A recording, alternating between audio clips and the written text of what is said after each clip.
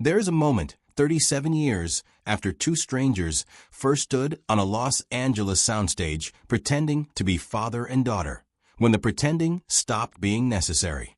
It happened not on a film set, not at an award show, but in front of a microphone, on a podcast Christina Applegate started after her life had already been turned upside down twice. She sat across from Ed O'Neill, the man who had played her TV father for 11 seasons, and she said something so simple it barely sounds like a revelation at all. She told him she loved their relationship now. She told him she talks to him on the phone more than almost anyone else in her life. And then she said the four words that reframed everything fans thought they understood about a crude, chaotic, boundary-pushing sitcom from the late 80s. He raised me. To understand why that sentence carries so much weight, you have to go back to 1987, to a 15-year-old girl walking onto the set of a show that nobody, least of all the network airing it, expected to become a cultural landmark.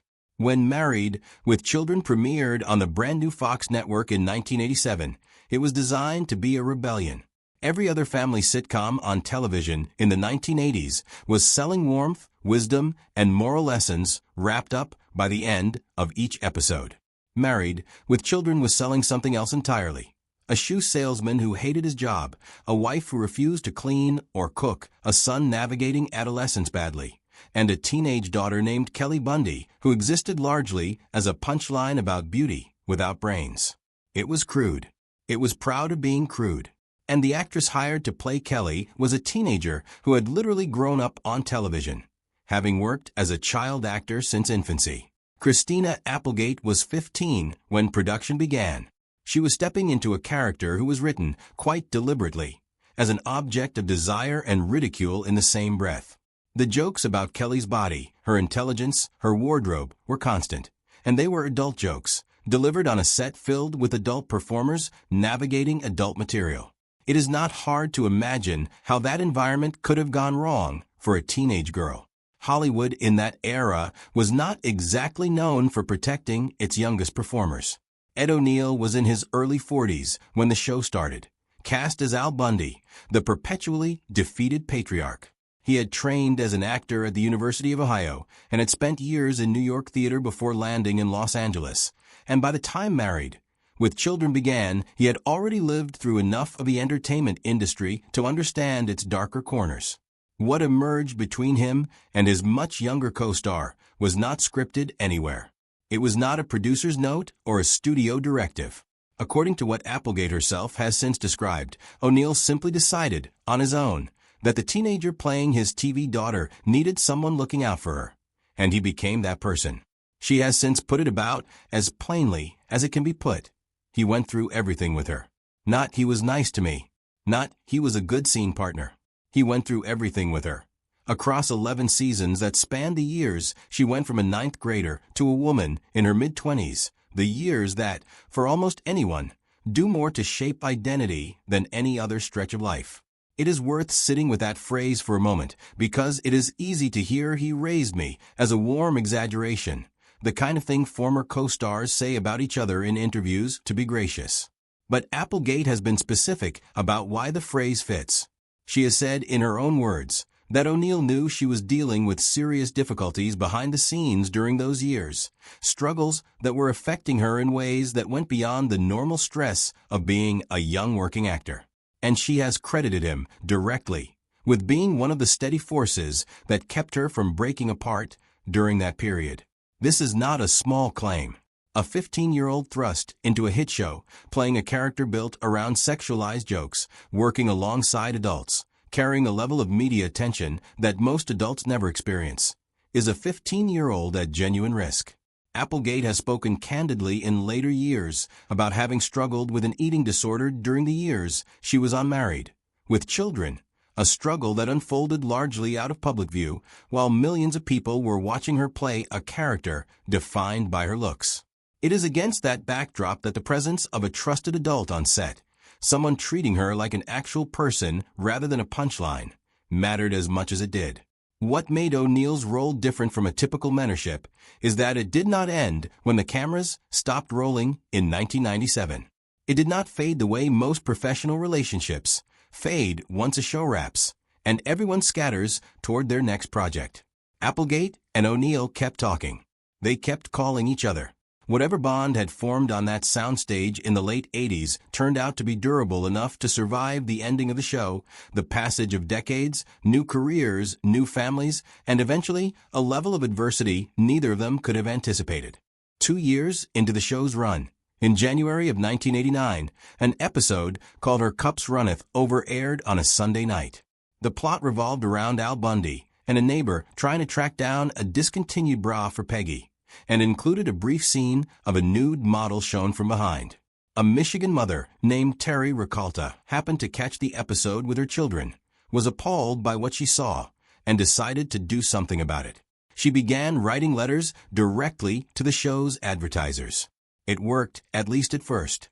Major companies including Coca-Cola, McDonald's, Procter & Gamble, and Johnson & Johnson pulled or suspended their advertising from the show. Fox, still a fledgling network at the time, responded by shifting the show's time slot and pressuring producers to tone down some of the content. For a period, the future of Married, with children genuinely looked uncertain, and Applegate, then a teenager whose entire livelihood depended on the show continuing, was living through that uncertainty in real time. The irony is that the boycott ultimately did the opposite of what Ricalta intended. Curiosity about a show controversial enough to spark a national boycott sent ratings climbing, and within about a year, most of the advertisers who had pulled out had quietly returned. Ricalta herself later acknowledged that her campaign likely boosted the show's visibility rather than ending it. What had been designed to destroy Married, with children, ended up cementing its place in the cultural conversation, and Fox's fledgling network built part of its early identity on being the place willing to take that kind of heat. What is less documented in the trivia and more present in how the cast has described those years is the way that shared crisis pulled the ensemble together. A group of actors who had faced a genuine public threat to their careers as a team came out the other side of it bonded in a way that a normal, uneventful production run rarely produces. For a young actress trying to make sense of a very adult controversy erupting around a show she starred in, having steady people around her, people willing to treat the crisis with some perspective rather than panic, would have mattered enormously. Married with Children ran for 11 seasons, from 1987 to 1997, making it one of the longest-running sitcoms of its era. And yet, unlike many long-running shows, it did not get the send-off that audiences often expect. There was no widely celebrated series finale built around closure for the Bundy family. The show was simply canceled and production wrapped, and the people who had spent over a decade of their lives inhabiting these characters and this fictional family went their separate ways. For a cast that had effectively grown up together, in Applegate's case literally growing from adolescence into adulthood on that set, the abruptness of that ending left a strange kind of void. There was no formal closing chapter, no institutional acknowledgement of what 11 years together had actually meant to the people who lived it. What filled that void in the years that followed was not a reunion special or a retrospective episode. It was the actual relationships that had formed off camera, relationships that had nothing to do with contracts or scripts and everything to do with the people involved choosing to stay connected. Applegate went on to build a substantial career beyond Kelly Bundy. She appeared in films including The Sweetest Thing and Anchorman, and she starred in television projects like Samantha Who? And eventually the Netflix dark comedy Dead to Me, which earned her some of the strongest reviews and award recognition of her career. O'Neill, for his part, found an entirely new chapter of fame playing Jay Pritchett on Modern Family, a role that introduced him to a generation of viewers who had never seen a single episode of Married with Children. Both of them, in other words, moved on and built full, independent careers. But the relationship that had started when one of them was 40 and the other was 15 never actually closed out. In August of 2021, Christina Applegate shared news publicly that stopped a lot of people mid-scroll. She had been diagnosed with multiple sclerosis, a chronic autoimmune condition affecting the central nervous system, one that has no cure and that can affect mobility, balance, vision, and cognitive function in ways that vary enormously from person to person. The diagnosis had come a few months earlier, while she was in the middle of filming the third and final season of Dead to Me. She finished shooting that season anyway, Then, once filming wrapped, her acting career came to an abrupt and public halt as she turned her attention to managing a disease that does not go away, one that reshapes daily life in ways most people never have to think about. She began using a cane. She has spoken openly about cognitive fog, about physical struggles that used to be effortless, about weight changes tied to medication and reduced mobility, and about the layered grief of losing a version of her future she had once taken for granted. She has described that grief candidly, without softening it for public consumption, which is part of why her honesty about MS has resonated so widely with people living with chronic illness themselves. Applegate has talked about how much it meant, during that period, to have people from her past who genuinely knew her show up. The entire Married, with Children cast rallied around her in different ways. Katie Sagal, who played her TV mother Peggy Bundy, has been notably vocal in her public support. David Faustino and Amanda Burse have offered their own messages of encouragement over the years. But it is O'Neill's presence in her life during this period that Applegate has returned to again and again, describing a bond that had clearly outlasted the show that created it by decades. If there is a single image that crystallized how much Christina Applegate is regarded within her own industry, it came on the night of January 15, 2023, at the 75th Emmy Awards. Applegate, nominated for her final season of Dead to Me, walked out as the first presenter of the night, her entrance scored to the Married, with Children theme song, using her cane, escorted onto the stage. The room did not simply clap. It stood, and it kept standing, and the ovation ran on long enough that Applegate visibly teared up before she could get a word out. When she finally spoke, she did what she has done throughout her public MS journey. She used humor to hold the emotion at arm's length just long enough to get through the moment. She thanked the crowd, then joked that they were totally shaming her with a disability by giving her a standing ovation, and told them, only half seriously, that it was fine. The audience laughed through what had, seconds earlier, been visible tears. It was, by every account from that night, one of the most talked about moments of the entire ceremony, not because Applegate won anything, but because an industry that does not always treat its aging and ailing performers gently chose, in that instant, to make sure she knew she was still seen and still valued. A month earlier at the SAG Awards, she had made a similarly pointed statement without saying a word. She carried a black cane decorated with her daughter's name, a heart, and the message Foo MS for the entire red carpet, refusing to hide the tool she now needed to walk or to pretend the disease wasn't part of her story. In 2024, she returned to the Emmys again as a presenter and received another standing ovation, telling the crowd, half joking through tears, that some of them might remember her as Kelly Bundy, or as Samantha from Samantha Who, or, she guessed, probably as her last acting role, Jen Harding from Dead to Me.